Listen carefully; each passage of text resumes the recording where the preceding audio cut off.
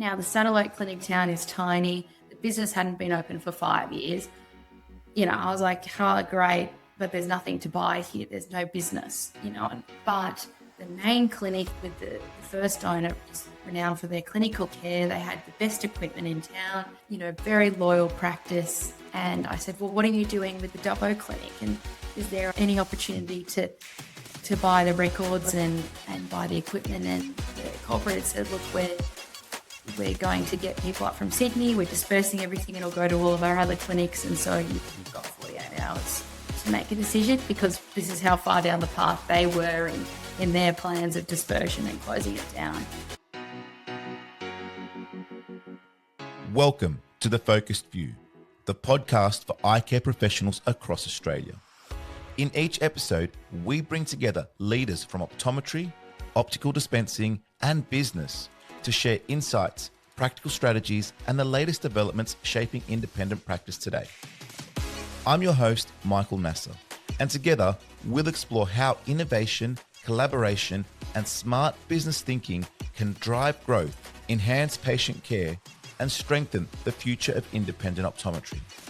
Whether you're a student, an early career professional, or an established practice owner, The Focused View is your go-to source for knowledge, inspiration, and connection. The Focused View is brought to you by Vision Connection, supporting independent eye care professionals across Australia through collaboration, education, and business growth. By working closely with leading suppliers and industry partners, Vision Connection offers unique opportunities that help independents stand out and succeed. To find out more, visit their website, visionconnection.com.au. Eliza, welcome to the show today. Thank you for having me. Well, I'm really excited to go through your story, to talk about your experience. You've got a really unique one, and I think a really empowering one. And obviously, it's a word that I love a lot, empowering. But I'm really excited to unpack your journey to date and sort of see how you've been doing what you've been doing, and hopefully leaving some clues for some aspiring business owners, whether they be students or people that are working in practice now that are looking to open up their store. The way that you've done it, the way that you've been able to be successful in it, and walking through that's really exciting. So thanks for your time. And as we get into it, for those that don't know you, tell us a bit about yourself. Oh, great question. I always find being asked about yourself a bit daunting, but I'm based in Geary, so I'm a farmer's daughter, I like to say. And, optometry wasn't necessarily the path that I felt that I would lead down, but I just knew I wanted to do something in life that wasn't reliant on whether it was going to rain or not. And so I had every option on the table, and I'm super glad that I've ended up in optometry. So I studied down at Deakin in Victoria, and it was one of the early sort of graduating classes through that optometry pathway, and have now based myself back in Dubbo, and I live back on my family farm and having a lot of fun doing it. So you've said optometry, you chose optometry. In our conversations prior to today, you said that you chose optometry because it was the rare career that combined health, business ownership, and the option to live regionally, which obviously is something that's been important to you. Can you walk us back to that decision, and when did those three threads start to come together for you? I think at school I was always drawn to more maths and science-based subjects. So I think you've got to have an interest in the human body to want to go down any health practitioner space. And then my 16-year-old brain, I had all of the different jobs that I could be and do in life. And I sort of just sequentially worked down the list. And I thought, I don't know if I want to touch people's feet. I don't want to be a podiatrist, something like nuclear medicine. And to be very specialized, you need to be in a center. And I knew that unless I was in a big city or potentially a massive regional center, I couldn't work there. So I just sort of worked my way down, and I got to optometry, and I had a good relationship with my optometrist growing up. And I thought, this is a unique opportunity where you can actually own a business. There is that mixture of science-based things, and there is a fashion element as well, which sort of spoke to my creative outlet. And I think it is a very unique combination of a lot of factors. So I don't think you really know what you want to do, but I knew it had to have a few key aspects. And yeah, you just throw your hat in the ring and you try to get in. That's the next thing. Yeah. Yeah, absolutely. But I guess at some point, and at what point did you determine that, you wanted to stay rural? Like, going into Yeah. the profession, were you flexible as to where you would end up, or did you know that you always wanted to be where you are now, or were you really open to that? And how did that evolve, and what options, I guess, were on your plate at that point? I think initially I didn't know which regional centre I wanted to be in, but I knew that I would like to live regionally. As I mentioned, I come from a family farming background and I have a little sister. And so, it was important to me, and it is to both of us girls, that we want to continue farming. And I knew it had to be one of us. And so I always wanted that option of, should I choose to return to the farm, I also want to be able to work professionally in my career. And so something that I could do, we are close to Dubbo. So that's sort of where I went down that path. But I think with a lot of these things, it has to have enough culminating things, but you don't know till you're in it. And I initially wanted to do optometry, and then I looked for the marks to get in, and I thought, well, that's actually the exact same mark for medicine. And I thought, well, why don't I apply for medicine? And I didn't get the UMAT mark, but I did get the ATAR, and so I got accepted into optometry. So yeah, that's how that all came together. Yeah. And the last part of that little trio there that I'd mentioned was the business ownership aspect. And was business ownership something that you were always aspiring for from the early stages at that point, or did that come later on? If I'm honest, it's probably come from the initial phases. I think my family's always owned their own businesses or worked for themselves. And so that was a structure that I was familiar with. And it was certainly tantalizing, the idea of climbing a corporate ladder and being, we actually moved to Sydney for a period of time during my schooling when I was in primary school. And my dad would pick me up, and all the other dads wore suits and, got out of their flash cars, and we had a beaten up old ute, and my dad would come out in a work shirt, and I would say to him, why are we different? And I think it's not until later in life you realize that what makes you different is actually one of your strengths. But when you're a young person, you just want to be like your friends. And so I think that's just what I knew. I don't think I put too much thought into the whole thing, but I thought, my mum was the one who was working in a corporate job at the time, and my dad was the stay-at-home dad as he was working on his own businesses. And so I always had that model of, okay, if you work for yourself, you're always working, but you have a level of flexibility. And then my mum was working for herself too. So they were both around, and I just thought, I had friends whose parents, they were always working, and it was the nannies looking after them, and there was nothing wrong with that, but their life looked really different to mine. And so I think that sort of programming, it might not have been, I didn't speak about it, it's not something we spoke about as a family, but I think I just wanted the option, should I choose to have my own business. Yeah. And therein lies the power of independence and running your own business, because you have the ability to determine that. And that's something that we'll probably unpack throughout the conversation. But, you had even mentioned that, moving back to a regional area to be close to the farm, if you ever wanted that option, you could work that in and around that decision. And so there's the flexibility too that you might require, and you're thinking about that early on. And, a lot of these times we have these conversations, or I have these conversations, I like to pick up on the nuances of why you did what you did, and obviously there are reasons in and around that. And I feel like if there are people that are listening that resonates with, it's part of the reason as to why you probably might consider a path down this way, because that's effectively what we're speaking to. You mentioned, I guess, the conundrum, for lack of a better word, in terms of getting into optometry and what that might look like with regard to medicine, and then obviously optometry is an option. But you ended up going to Deakin. And a large reason as to why you did that, and correct me if I'm wrong, was because they finish a little bit quicker too. So it's a little bit faster than other options. And I mean, coming from regional New South Wales, going down to, is it Geelong? Is that where the course is run? Yes, it is. In Deakin. Yeah. Obviously, so different state, different city, having to excel academically. how did those years, I guess, help you, and or how hard were they if you reflect on those, knowing that there are a lot of students out there that have to leave home and be away from that support network? And I would assume that was pretty strong for you.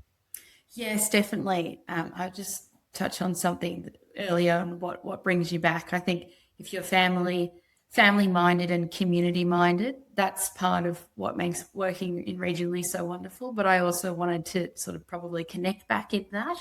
So leaving then to study, I always knew that that is just the reality. You have to go somewhere else to get these skills. And I chose Deakin mostly because I think at that stage at 18, I wanted to challenge myself. I lived overseas for a year. I worked as a gap student and then got into Deakin. And I thought, I've never even been there, but that's where I'm going to go. And I rocked up to the first day and, there was 1,000 people there and we were all living on campus. And I just thought, well, I'm going to have to make friends. And I think maybe a common theme in my life is I like to challenge myself. It's not because anyone's imposed that on me. I think that's just how I'm driven. And so I think I just took it as I'm going to be meeting new people. I didn't want to go to the same university that all my friends were who I already knew. Like, why don't I go somewhere and experience something new? That's all well and good in theory, but when you're there and you're academically challenged and you're isolated, and then throw COVID in there, and I couldn't get home. I found that I did find some really, really challenging and dark moments, but I think you create your community, you get involved. I got involved in sporting. I met new people. There was an ag college up the road, and so I made friends there who were interested in similar things I am, and connections there. And there's to this day some of my best mates. So I think I just always go where whatever I'm interested in, you find your tribe wherever you go. But it certainly was a challenge, and I think I'm glad I did it, because if I stayed where maybe I had my support network, people always say, oh, well, you're from a small town, why don't you go somewhere else? Well, when you live the reality of somewhere else, you then appreciate when you come back and you have that choice. You're not sitting there going, oh, what else is out there? You go, you know what, I've created that experience. I've met new people. I've integrated into a new community. And whilst it was great and I can still be happy doing that, I really value my family and the people I love most. And I wanted to be closer to them. So I think it's given me more appreciation, and then probably more direction, looking at when you start a business, you really do have to back yourself. So that sort of gave me a bit of a direction on where that was going to be. Yeah, and it was during the COVID period as well, so that would have thrown another set of challenges as well. With Victoria, we know, was majorly locked down through that period of time. So not knowing how that, I guess, reflected, just threw another spanner in the works, I guess. Oh yeah, absolutely. And it was a pressure cooker. I think they said on the first day of university at Deakin that this course is like a steam train, and you get on the train and we're not stopping at a station till it's the end, and hold on. And I thought, oh yeah. And then you start the course and you go, geez, They went exactly. Wrong. And to get into those courses, the standard, everyone is smart, quote unquote. There's no dummies that get in. And then you're all trying to just keep passing through some challenging, both practically and the theory of it all. So it was certainly an experience, and I know why it takes 5 years and not 3.5. In hindsight, I can look back and go, yeah, it's great. It was 3.5, but it was a tough slog. That's for sure. Yeah. Well, university finished, obviously, and that's the fast forward. And the good thing about reflecting is we can press the fast forward button and we can move on to the next phase, which obviously entailed work. And where was your first job, or I guess understanding more or less that your first job wasn't where you were going to stay out of uni? What factors played into that decision, and how did that shape, I guess, what you've built since? Yeah, when I finished uni, I went to a job with another independent, and it was an independent that I had an existing relationship with, and quite honestly thought I was going to get this job, work there, and then hopefully, be involved in the business. And I had no intentions of ever leaving there. I thought I was their succession plan, for lack of a better word. And, I I went there with all the best intentions, and I would say they did as well. But what I have since learned throughout the journey is when you have friction, it's not that the working conditions weren't wonderful. It wasn't that the pay was, all of these needs were met. But if your values aren't aligned with the team that you're a part of, there's always a bit of a friction point. And that's something that, I found myself, I wasn't enjoying going to work, and I loved my job, but I got to the end of 12 months and I thought, how am I going to keep learning? I thought I finished uni and I learned all about these cases and I knew about the eye. And then you start working, you think, goodness, I'm humbled. There is a lot that I don't know. And how am I going to keep growing? And you need to be constantly talking to both the other people in the business as well as other optometrists to be going through cases and learning. So that was a big part of it. I felt a bit, gosh, there's so much I don't know and I want to know more, especially about the pathology of the retina. So that was an aspect. And the other aspect is, and this is true with all relationships in life, watch how people speak to people who are below them. By below, I mean potentially not the same status in a job sense. And I don't think I knew that this was important until, I went from being the receptionist or being the pre-test girl to then being qualified to being the optom. So I went through the whole process and I'm so glad I did. And I'm grateful for that opportunity. But then as an optom, I was really cognizant of, okay, how do we speak to the people out the front? And actually, if the people out the front aren't excelling and aren't, super, super competent, it doesn't matter how good I am in the room. Patients do not have a good experience because the people out the front are their first person they say hello to and the last person before they leave. And it sort of is the bookmarks of the journey. And I would just say that I didn't like an inconsistency of how people were treated based on where they sat in the business. And I think that became my framework for, okay, if I'm going to put myself out there and create a business myself, what is the culture of the place and how do we talk to everyone? And yes, I am the owner, but my girls are just as, if not more important than me in this journey. So that's just a personal preference. A learning. I mean, businesses people first, and I have numerous conversations in the different roles that I play with regards to the importance of people and the importance that they play for you and the businesses that you, I guess, have. But one thing you mentioned to earlier on was this concept of values. And, it's fair to say that a lot of people, when working with and for, depending on the circumstances, will have values that don't necessarily align. And it's not a good thing. It's not a bad thing. It's just a thing. Yeah.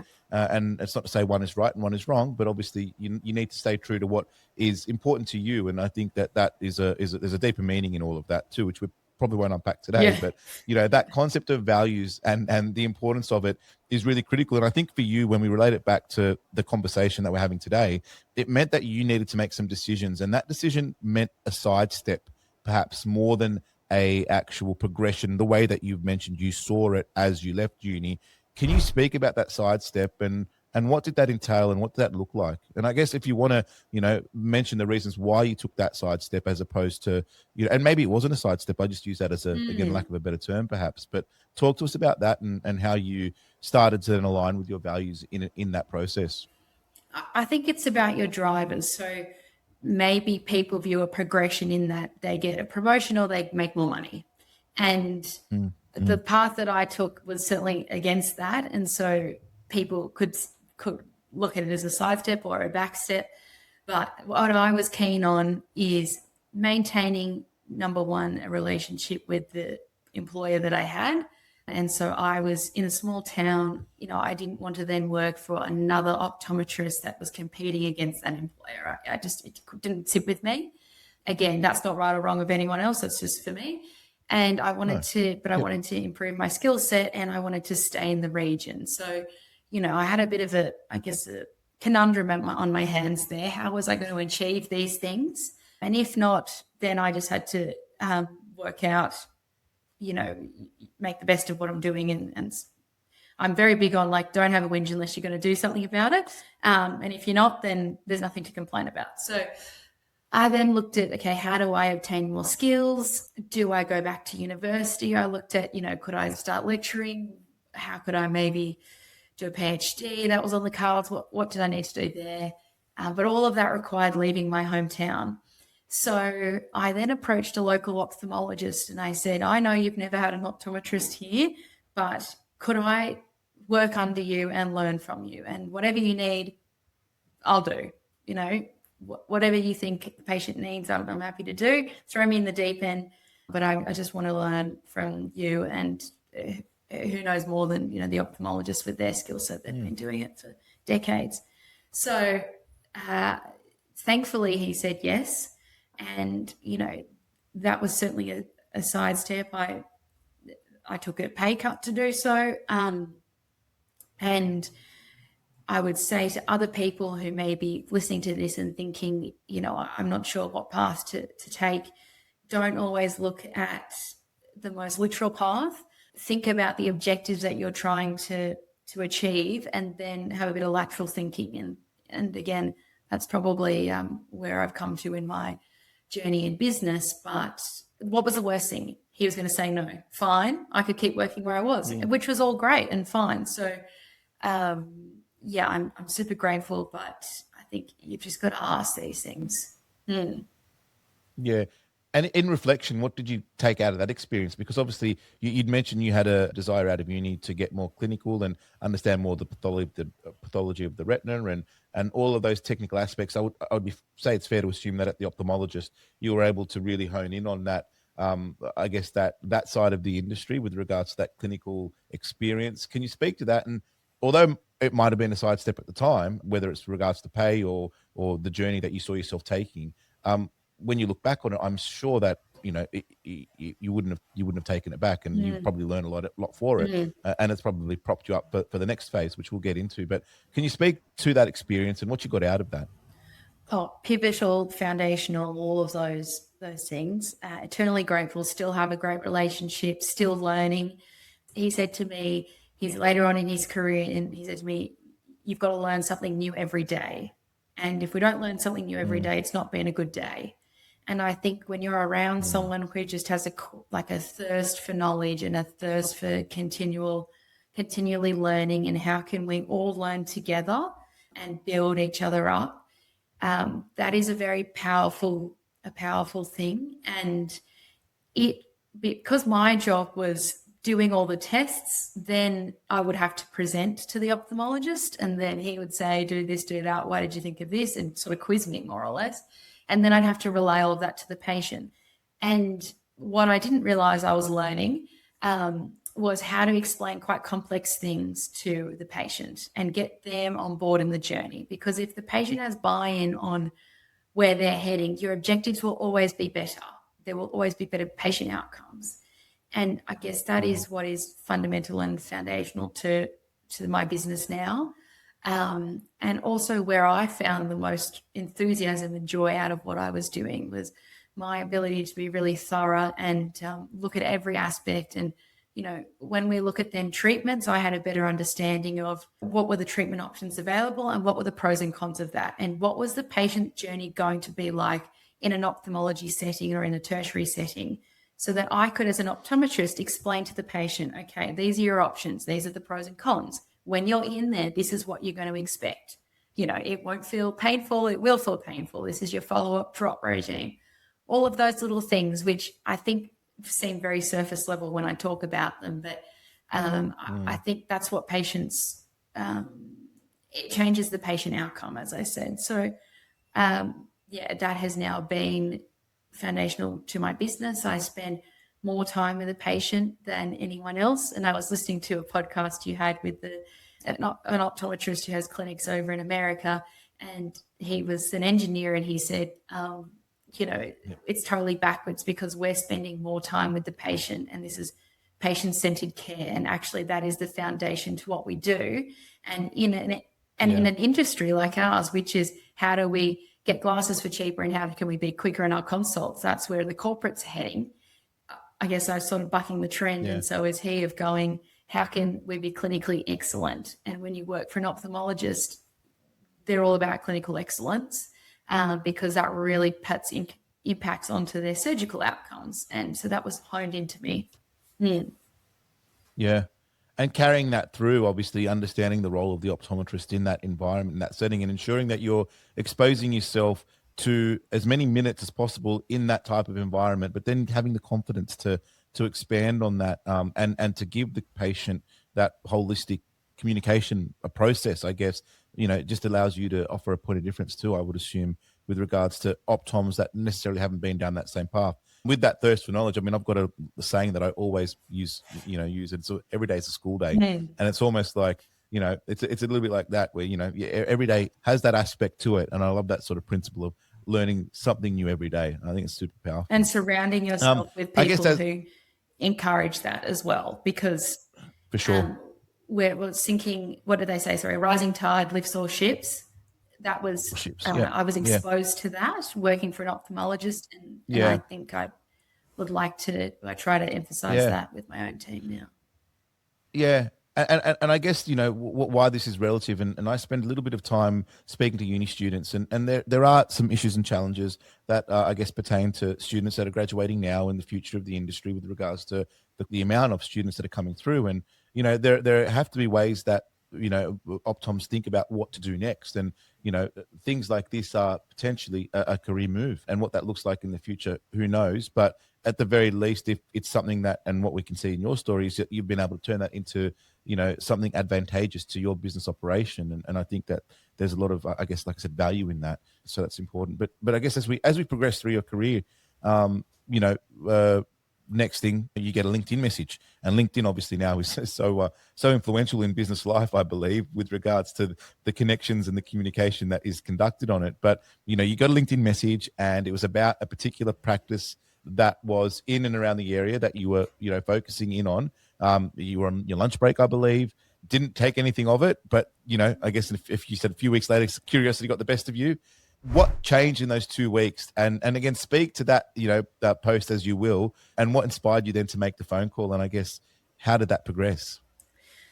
So it was a message from a corporate optometrist who owned one of the practices in my area, and I was locuming at the time. So when my work for the ophthalmologist, they didn't need me on a full-time role, I still needed to make money. So I was locuming, and I would do that in towns that were not my local town of Dubbo. And I did that intentionally, again, not to as a competitor. I did that for many years before I returned to Dubbo as an optometrist practicing. So I was on a lunch break locuming in another town and got this message, and I was just like, that's random. And at this stage as well, so working for the ophthalmologist, I thought, gosh, this is so fascinating. I love it. I'm going to try and see if I can get into medicine, because it was always on my mind, and I told myself that I wasn't capable of doing so because I didn't get there from school. So that sort of, you can't be what you can't see, and that really inspired me to try. And some of the patients were doctors, and it was just super supportive. So anyway, I was sitting for the GAMSAT. I think by that stage I'd sat the GAMSAT and I'd applied for medicine, but I hadn't heard whether I'd gotten in. And I had this message, and I thought, oh, random, whatever. And then, as we do, we live on our phone these days, and I guess, running trend of me, I'm just like, oh, this is interesting. You should always ask the question, never poo-poo anything, because you just never know where life will take you. And Spot on. I responded, and they quickly said back, can we give you a call? And I just said, yeah, okay, sure. What have I got to lose, honestly? So therein laid a unique proposition, which was, would I purchase a satellite clinic? Now, the satellite clinic town is tiny. The business hadn't been open for 5 years. I was like, oh, great, but there's nothing to buy here. There's no business, and they wanted me to take on a lease. And I just thought, no, there's nothing here. What am I actually buying? But the main clinic they had, it was renowned for, with the first owner, just renowned for their clinical care. They had the best equipment in town, very loyal practice. And I said, well, what are you doing with the Dubbo clinic? And is there any opportunity to buy the records and buy the equipment? And the corporate said, look, we're going to get people up from Sydney, we're dispersing everything, it'll go to all of our other clinics. And so you've got 48 hours to make a decision, because this is how far down the path they were in their plans of dispersion and closing it down. And so, yeah, that was a stressful 48 hours. Yeah. Well, how did you deal with it? I mean, because, you know, it sounds like, and correct me if I'm wrong, you know, you've seen an opportunity. You've got a couple of things happening on the side here with the GAMSAT and medicine being a real option. And then, you know, you get this message, you respond. It's not ideal, but you've counter offered, I guess, in some capacity. Yes. And then they've come back to you and they've said, well, actually, we'll consider your offer, but you've got 48 hours. I mean, how prepared were you? I mean, I'm assuming not very, but again, correct me if I'm wrong. How prepared were you for that decision in 48 hours? And I mean, some people struggle in a lifetime to make a decision like that, and you've got 42 hours to do it. How did you undertake that decision making? You know, considering you've got to think about finance, you've got to think about, you know, the mechanics of it all. Like, can you speak to us about that 48 hours and how you came to the decision that you came to? Well, I guess I didn't have any preconceived ideas. So at this point, I'd not thought I was starting a business. I thought I was trying to get into medicine. I didn't even think I was going to do optometry anymore. I thought, this has been great. I'll keep locuming and do medicine. And that's going to send me down a different path. So my head was certainly not in, this is my big plans and this is what I think it can be. But I just think it came down to, I thought, this is an opportunity that just does not come up. And people, and this is true for everybody, people will say, oh, you're lucky. And I listened to this podcast that Mel Robbins was talking to a professor about luck. And the professor said, you can either, there's all different ways that we can harness energy. Some people are the wind turbine and they stand there and they wait for the wind to pass by. Some people are flying a kite, and so they might be a bit more agile and moving where the wind takes them. And then some people are on the water in their sailing boat and they are hunting for any glimmer of where there is any wind. And I thought, because I would have said previously, oh, I was just lucky. And I think when I look back on it, you know, it feels damn scary. Can I say that? You know, you don't feel sure. And at no point when you're making tricky decisions do you always feel 100% sure. There's always, whatever path you go, there is a percentage of you will go, what if I took a different path? And you know, it's a bit of a sliding doors moment, but I would definitely say in that 48 hours, I was on the sea, had my sails up, and I was just going with where I felt the biggest current. And I thought, what an opportunity, and I will find a way. And, you know, you've obviously got to have the support of the people around you closest, which I did. And I just thought, I've got to do it. And I knew the purchase price, I couldn't buy one piece of equipment for what I purchased the entirety of it. So I knew, even though it was a lot of money for me at that stage, I just knew that I can't replicate this again. And I don't know if I'll ever have an opportunity to. So I'll work it out. Yeah, I mean, so many things are happening in my mind as you sort of say that, because, you know, on one hand, you've got, you know, the decision to make the purchase, and obviously the funding that comes in and around that. Family so often is a big part of that. If finance isn't sought in the traditional ways via lenders, you know, and it's countless how many people that I'm aware of that have had family start up and help out. And I'm assuming that in some case was the case. But then you speak to the way that you've attributed the value, and, you know, the offer of whatever it was covered, obviously what you were getting was sounds like it was far valuable. So even if it did go to nothing, you could have sold that and probably recouped the expense that you paid. That's sort of what I thought. So we did like a quick Google, my dad and I, and we were like, right, what do secondhand OCTs cost? What do secondhand cameras cost? And could we, you know, we might not, but we might get close to what we're going to buy this for, worst case. And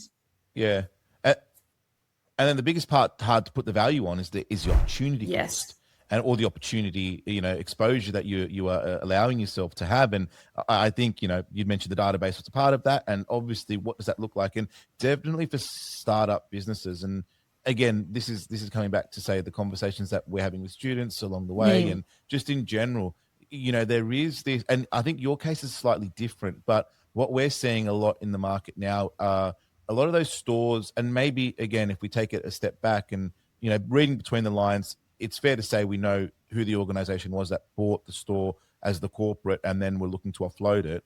But in any case, that person that sold the store to that particular corporate is part of a generation which they call the I forget the term.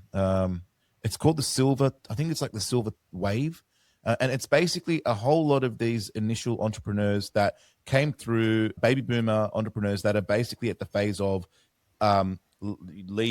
retirement, and what a lot of them have done have run really good businesses for themselves, but not really harnessed that. So there are these opportunities that are coming around. And again, I say this more for the students and the people that are interested in getting involved in business, where they might not have run it, and not the case in this instance, because obviously it says that this was run really well, but you're buying the database, and what does that look like, and how can you make that work? And obviously, we're not going to go into details to what you've done with that, but it's fair to say there was that opportunity and you've seized that and obviously gone with that. So I guess if you're speaking to a listener who senses an opportunity, and like you said, you mentioned you were like the boat looking for the wind. I'd sort of suggest maybe you were the actual wind, so like you're like, I don't know about that. you're the wind, right? So, but like but you're just seeking that opportunity. So what would you say to people in that instance that sense opportunity, but then are able to, I guess assess that and then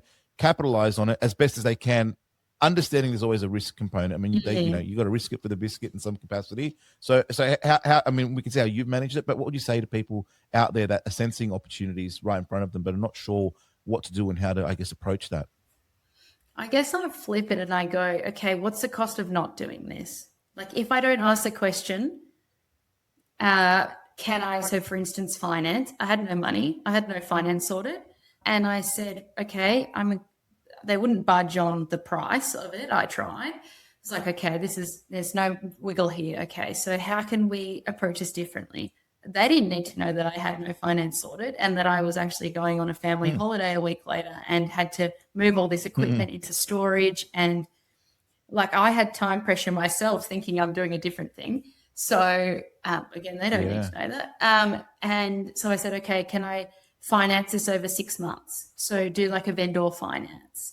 And they said how. I said, can I stage out these payments? Was the first question. And they said yes. And then I thought, SHIT, okay, well, how am I going to make this work? And I thought of the longest thing that I thought they would say yes to, which was 6 months. I said, what about 6 months? And they said, okay. And what would the payments look like? And I said, okay, well, I'll divide the figure by 6, and that's what I'll do. And they said, right, well, the first payment's due like in 2 days' time. Okay, so right, your family had to help me to get that first payment. And then I was like, well, now I have bought time to work out how to fund everything else. So that was the first thing. Yeah. Spoken like a true entrepreneur. And then the second thing is, we're all exposed to businesses. It might be in a family context. It might just be because we're all consumers of some capacity. But I thought about this in an agricultural setting. So I had already bought a business, the partner at the time, which was a cattle stud. We'd taken it from the previous generation to ourselves. We'd vendor financed it.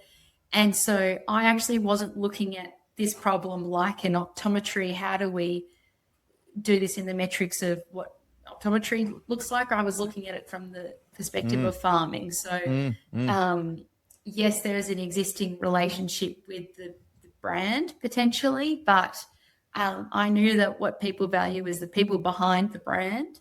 They value consistency, and in farming there's a large capital output, and it's very hard for the young generation to get into it.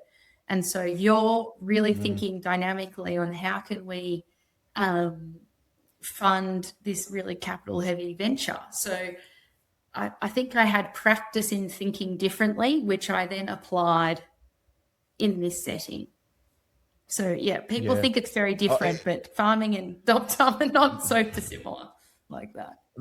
Can I be fair with you? I think business in general is all very similar. And so what you learn in one vertical, you learn another. And what I would even say further to that is, in my experience, the optometry vertical is a very conservative vertical. Yes. And so there are other industries that are leaps and bounds. And I don't say that in a negative way. It's just the reality of the industry. Mm. And so, whether that changes, I guess, remains to be seen. But when you learn and see things in other verticals, there's no reason why it necessarily couldn't apply in ours. And so the fact that you've been able to figure that out is, I think is massive, is massive. And it's obviously enabled you to then act on that. Just out of interest, Mm. you mentioned that, you were able to negotiate a payment term over a certain period of time, and that you divided that payment by the respective time that you'd agreed to, or they'd agreed to. It sounded like there was no interest that was involved in No. that. Can I assume that was the That's case? the case. Yep. So you literally got like an afterpay kind of arrangement, Pretty much. for a period of time with no which I love, because it just goes to show that people might have a misconceived perception, or just a perception, and who knows what it could be if you don't ask. If you don't ask. Now, And of course, they could have said something right? totally Yeah. different, but if someone listening to for this sure. takes anything from it, it's just ask. Because if the worst thing they say is no, Yeah, well, you're still in the same position as you were when you started. for sure. Mm. And you mentioned that was the same for you when you approached the ophthalmologist, right? It was the same logic that you used then that you've just replicated again, and obviously had it work out for you. Okay, so we obviously now have the business. It's obviously locked and loaded, and we're now running, looking for the payment for the next 4 weeks, indefinitely for 6 months, basically, or up until for the next 6 months, and then it comes down to the mechanics of the business, right? And you've mentioned to me that some suppliers were perhaps told not to deal with you. Whether that was or wasn't the case, or whether that happened or why, is, I guess, questionable. But how did you go with situations like that when you were opening up, and the challenges that you faced at that early point in time as you started to reinvigorate the business? Well, so many challenges. I think initially the biggest challenge was myself believing that I could do it. And it still is the challenge. But I think that would be the overarching, that's the first thing. You've got to have confidence in that you can execute it. Then you've got to think about, there was just so many decisions. I couldn't go into the same premise, so I needed to find a new premise. I had to fit it out. What did I want it to look like? What was I going to call it? What was the branding? Employing staff. So I had a bit of a ticking time bomb, which is the old corporate had communicated to all of its patient base, we are shutting doors, go and see our next corporate, which is in a town 2 hours away. So patients were under the understanding this business has closed. Now, I am then in a race against clock trying to open up something, but open it up to the standard of I want the experience to be how I want it to be, and then communicate to all these patients that, hey, actually, we're not closed, but it's a different name and you don't know me, but welcome. And how can I not lose as many people as possible in that duration of more or less getting myself sorted? So that was, I was really up against a bit of a clock there, but you've got to weigh that up with, you don't want to open up and it be half-assed either and people have a bad experience, because you have one you only have one first impression. So the key decisions that I did was I employed staff who worked for the original business prior to the corporate. They had the rapport with the patients that I didn't, because I've worked my working life, yes, for the opthal in my town, but otherwise I was locuming elsewhere. So people weren't seeing me as an optometrist. So I got them on the phone and started getting them to call and book in, so that when I opened, I had patients coming in, so that I had cash flow coming in.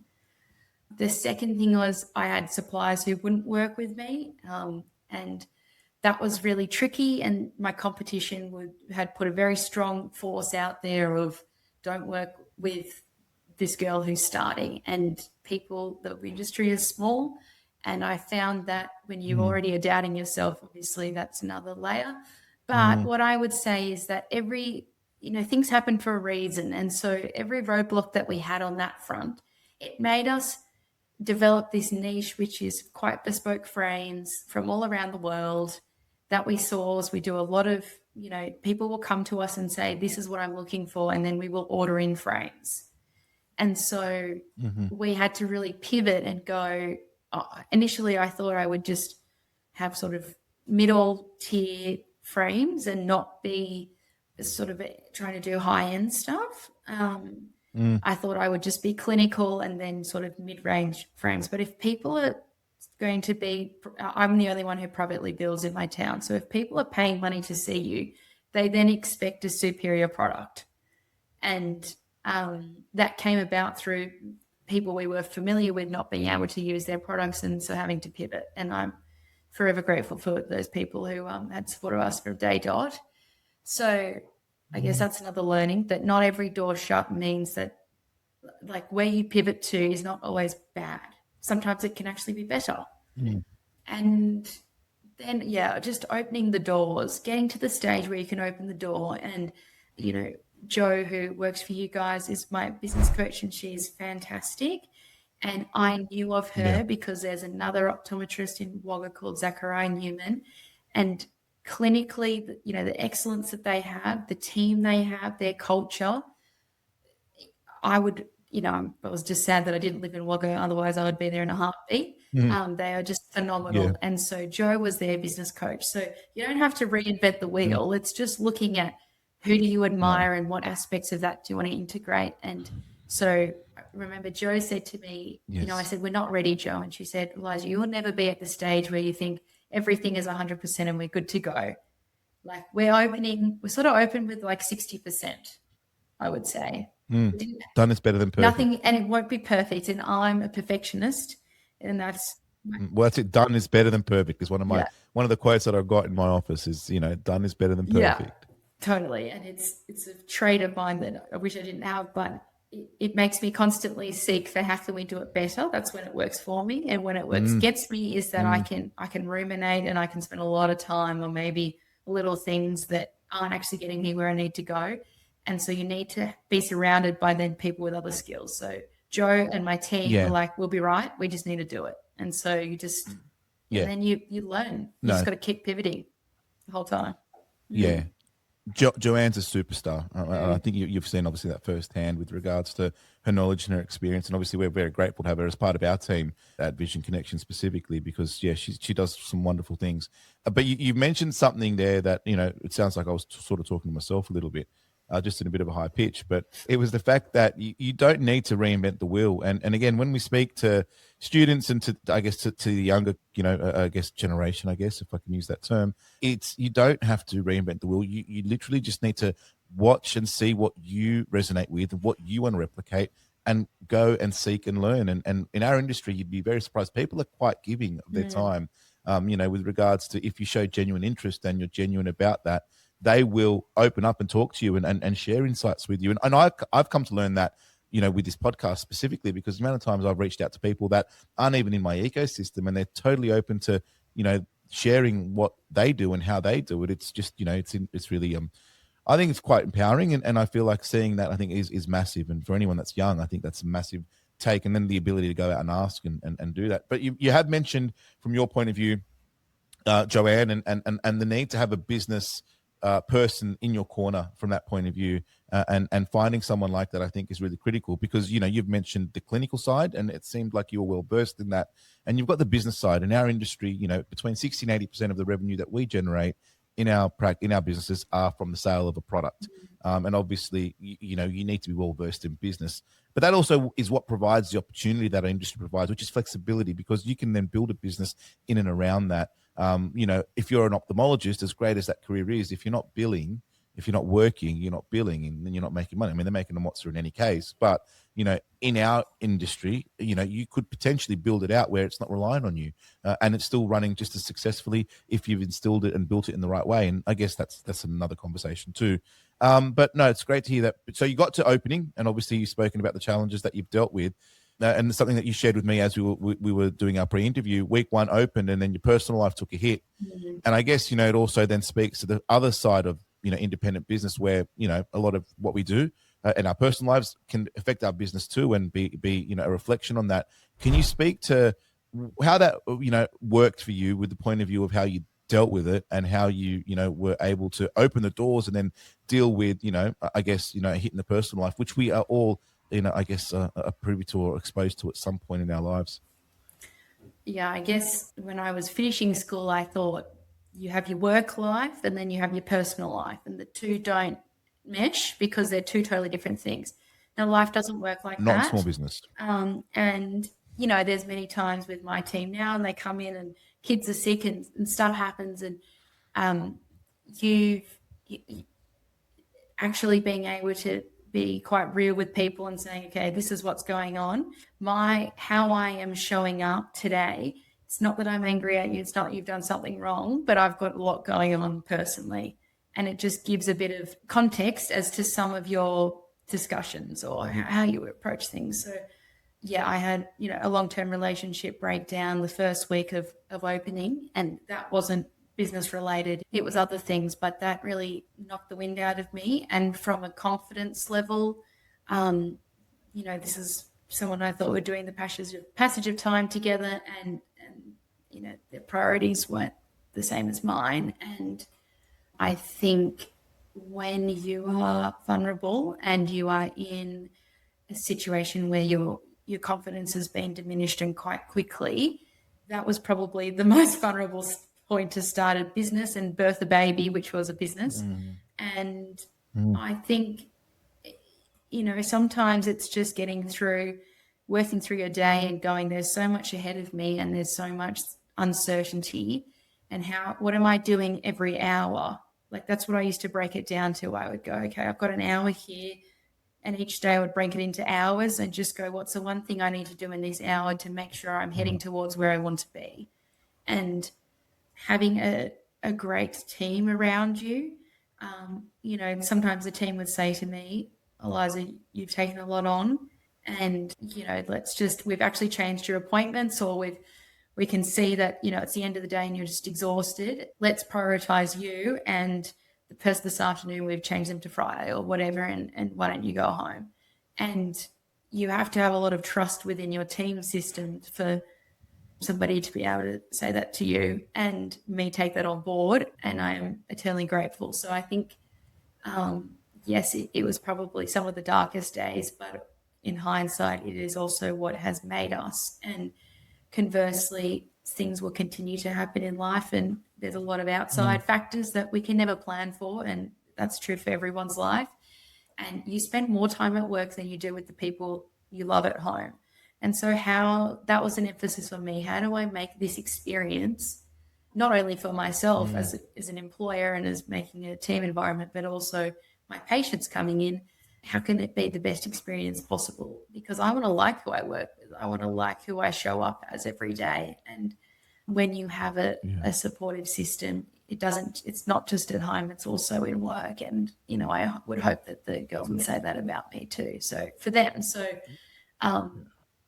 yeah, I think it's just another learning. And back to the values clash, like we all, I learned early on by a mentor of mine that as long as you can look at yourself in the mirror, you know, you've done a good job.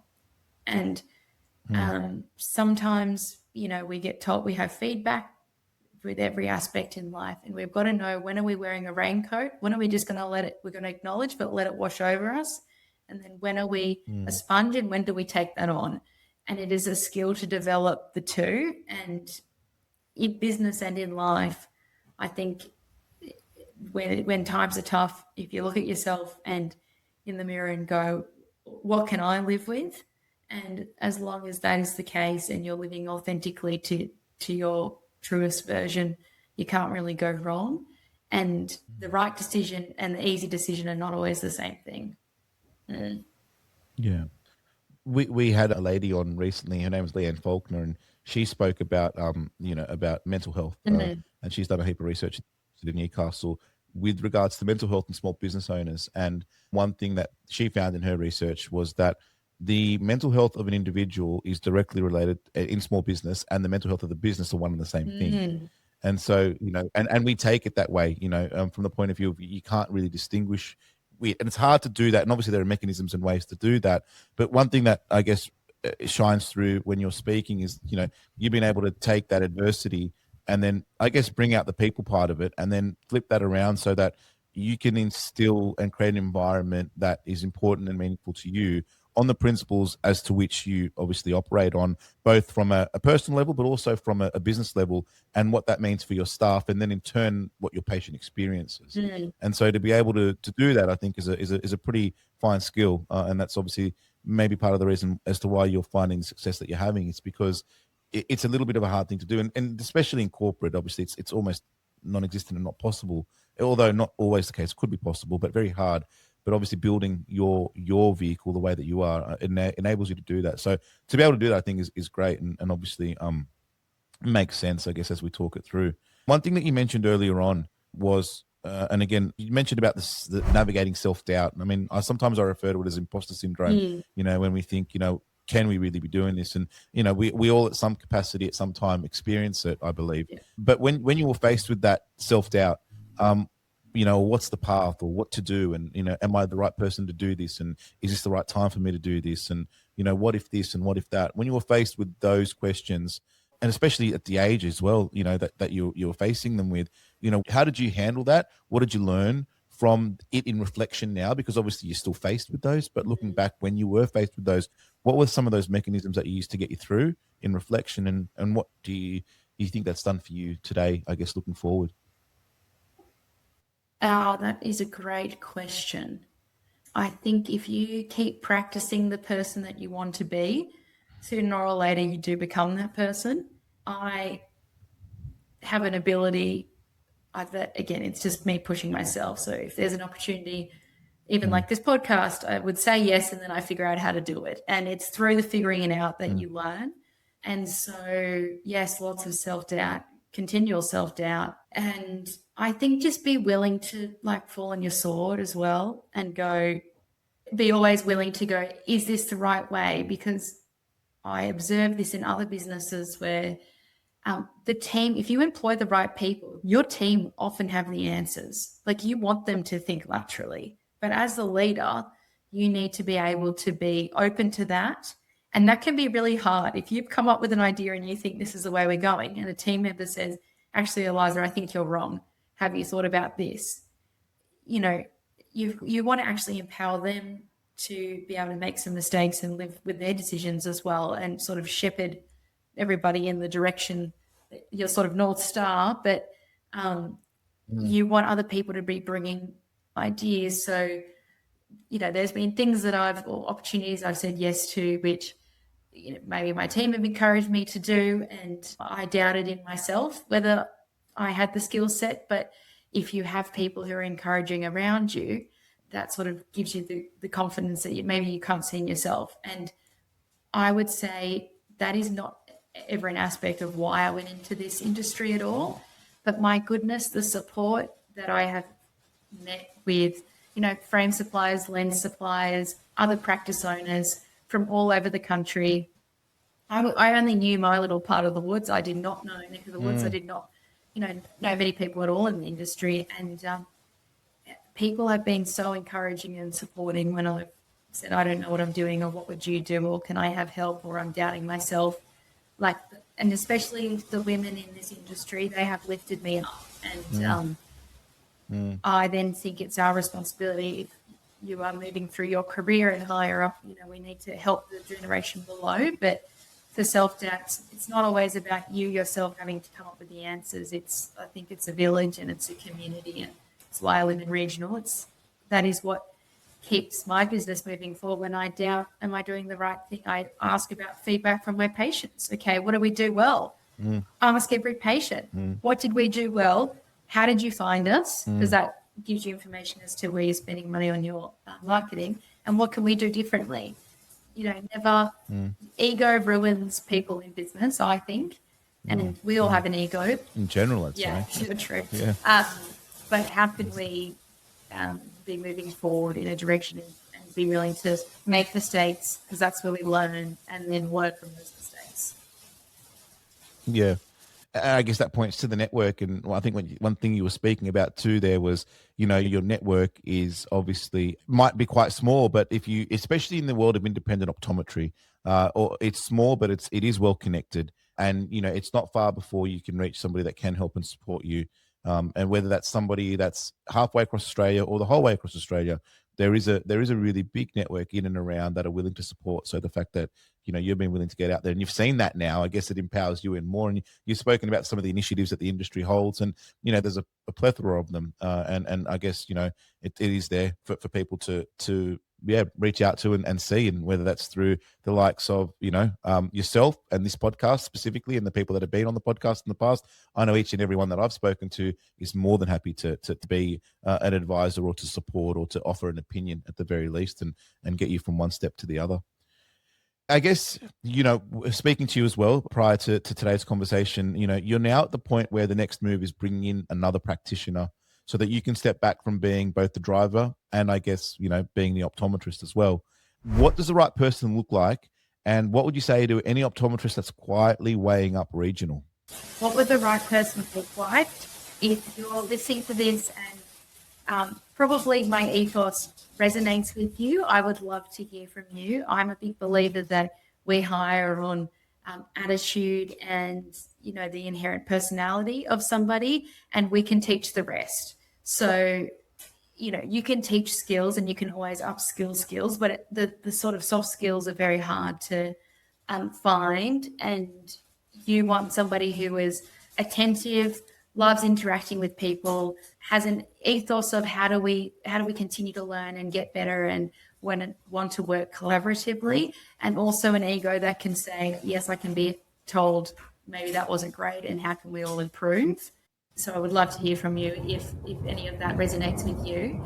And then I think in terms of your second part of the question, which was asking me regionally and why it's important, if you're thinking about regional, you will see so much regionally. Like, I think on my first day, I had a retinal detachment, a proliferative diabetic retinopathy, somebody with a 6th nerve palsy. And I just thought, oh my goodness, this was a whole term worth of my lectures that I've seen in my first day to a week. And because specifically where I am, there are ophthalmologists, but we do not have a hospital that has registrars. So there is times where between different ophthalmology shifts, like, you may be the only person. So you have a quite close relationship with the ophthalmologists. They've been incredible to me. And we then have co-management relationships, and you see quite complex things. So the nature of our job is not boring because of the complexity of conditions that we see. And I would say, in metro areas, when I have done work there, the patients have an expectation of, okay, if there's an issue, maybe, okay, I'm going to see an ophthalmologist. And when it is difficult to get in with ophthalmologists, which it is often regionally, you are then working on your own capacity as a practitioner. Now, one, that's more interesting. And two, that also means that you develop a really close-knit relationship with your patients, and you see them on that journey, and you're trying to aid them through. And I think that's why regional is so great. And also the community, which I should have led with. I would not have a business without people supporting me and saying, let's give this young girl a go, and I'm going to go and see her. And that is the beauty of a regional centre. Yes, we have a small population, but we have those ties are very close and they run deep. And when you have lots of options in the city, yes, you have ties, but they're maybe not as enmeshed as closely. And so I think that's what makes starting a business regionally just so much greater. And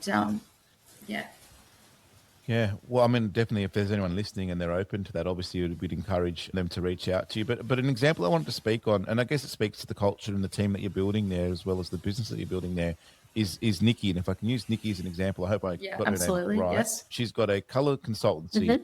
Mm-hmm. And in our initial chats, you mentioned to me about somebody within your particular structure and being flat in nature, but at the same time being able to, I guess, expand the horizons and upskill in other ways. Can you speak to how, I guess, that has worked for you, and how you spot that potential, and then how you will facilitate the highlighting of that potential?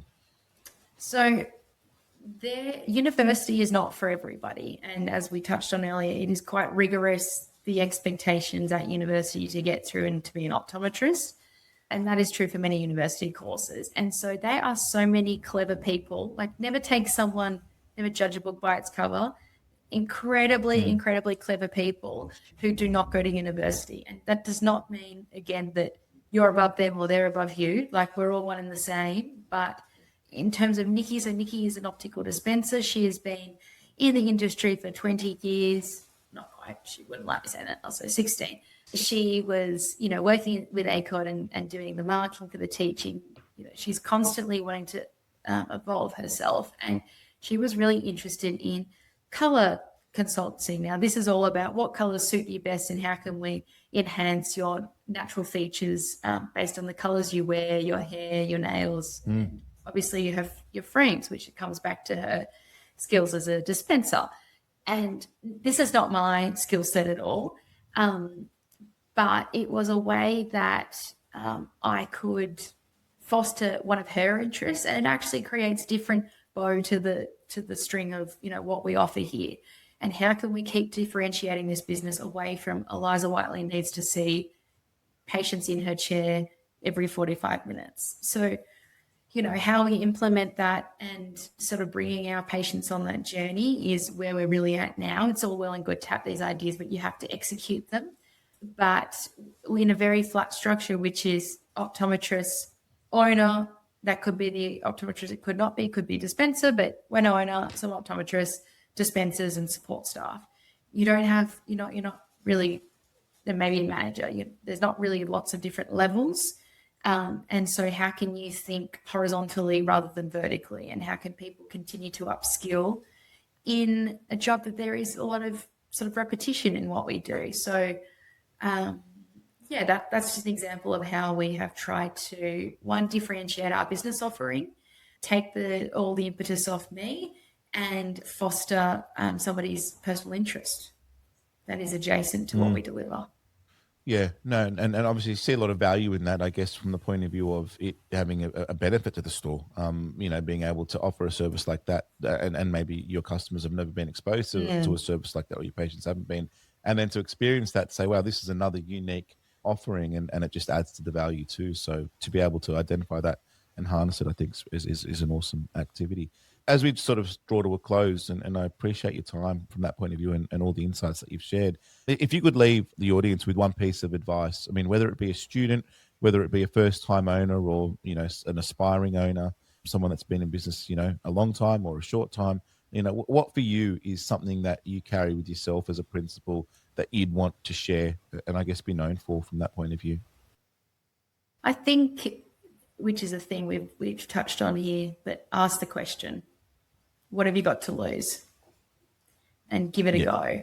And just give it a red hot crack, really, because you don't know what will come from it. And momentum, every time that I've felt stuck, you've got to take yourself out of where you are. You need perspective, and then you need to execute something. And then when you're in motion, more things, I'm always amazed by you meet one person, or like, for instance, you and I, we met at a completely different event, and now this opportunity has come up, and who knows who someone's listening and where that might resonate to somebody, and what opportunity may come up. And so, I'm probably where we love me, but I'm a believer in the energy that you give out and the momentum that carries.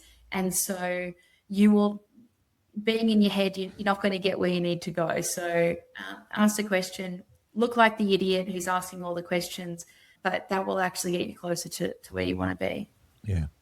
Yeah, and I think energy creates energy. So if you start to use that as a bit of a concept as well, the question in itself is energy, and asking the question creates the energy, and that creates more energy, and I guess there's a flow-on effect from that point of view. So Eliza, if anyone wants to reach out and get in touch with you, what's the best way that they can do that? So my business is called Whiteley Optometry.